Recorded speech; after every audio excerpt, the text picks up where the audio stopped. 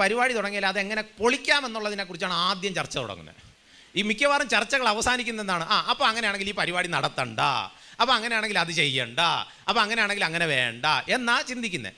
ഇപ്പോൾ ഇവിടെ എല്ലാ ടീച്ചേഴ്സിനോടും നമ്മുടെ എല്ലാ ഭാര്യമാരോടും ഞാൻ ചോദിക്കുകയാണ്, നിങ്ങളുടെ ഭർത്താവ് എന്ന് പറയുകയാണ്, നീ ഇന്ന് വെച്ച ചിക്കൻ കറി എനിക്ക് അത്ര അങ്ങ് ഇഷ്ടപ്പെട്ടില്ല, പിന്നെ മറ്റേ കഴിഞ്ഞ ആഴ്ച അപ്പുറത്തെ ഗോമതി ചേച്ചിയുടെ വീട്ടിലെ ചിക്കൻ, എന്തൊരു ചിക്കനായിരുന്നെന്നറിയാമോ, ആ കറിയൊക്കെ ഇങ്ങനെ ആ പെറോട്ടയിൽ മുക്കി അത് കഴിക്കുമ്പോൾ ഉണ്ടാകുന്ന ഒരു സുഖം. ഇത് കേൾക്കുമ്പോൾ അടുത്ത് നമ്മൾ പറയുന്ന ഡയലോഗ് എന്താണ്?